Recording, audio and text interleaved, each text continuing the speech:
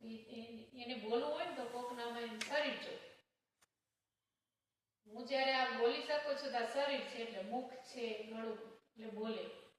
બાકી આમાંથી નીકળીને તો પછી બોલી ન હોય. પછી એને આત્માને શું જોઈએ? કોઈ પણ આવું શરીર છે એટલે એમાં પ્રવેશ કરે ને પછી બોલે. એટલે આપણે એમ કે કઈ વાત. એવી જ રીતે ભગવાન જન્મ મરણના ચક્રમાં નથી આવતા. એના પાસે સત્ય જ્ઞાન છે, એને કોઈને આપવું છે તો એને શું જોઈ?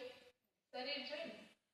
1936 ત્યારે તો રાજાશાહી હતી. લેખરાજ નામના વ્યક્તિ શિક્ષકના દીકરા હતા અને થોડાક ઉંમર થઈ હતી તો પ્રાઇમરીમાં ભણવા બેસાડ્યા. ત્યાં એના માતાજી એટલે મમ્મીનું મૃત્યુ થઈ ગયું.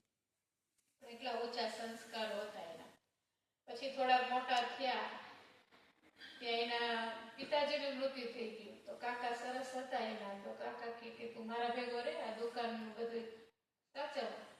એના કાકાની ભક્તિનું એનું વધારે એટલે કે મારે ક્યાંક નીકળવું હોય તો હું ક્યાંક નીકળી શકું, ધામ ચાર ધામ કરવી હોય ક્યાંય પણ આ લેખરાજ છે ને એ એટલા સરસ દયાળુ એવા હતા ને તો કોઈ વિધવા આવે, કોઈ ગરીબ આવે તો એમનો આપી પછી કાકાએ જોયું કે આ તો બધું એમનું જાજુ આપી દે તો પછી આમ થોડોક એટલા બધા એવા નહોતા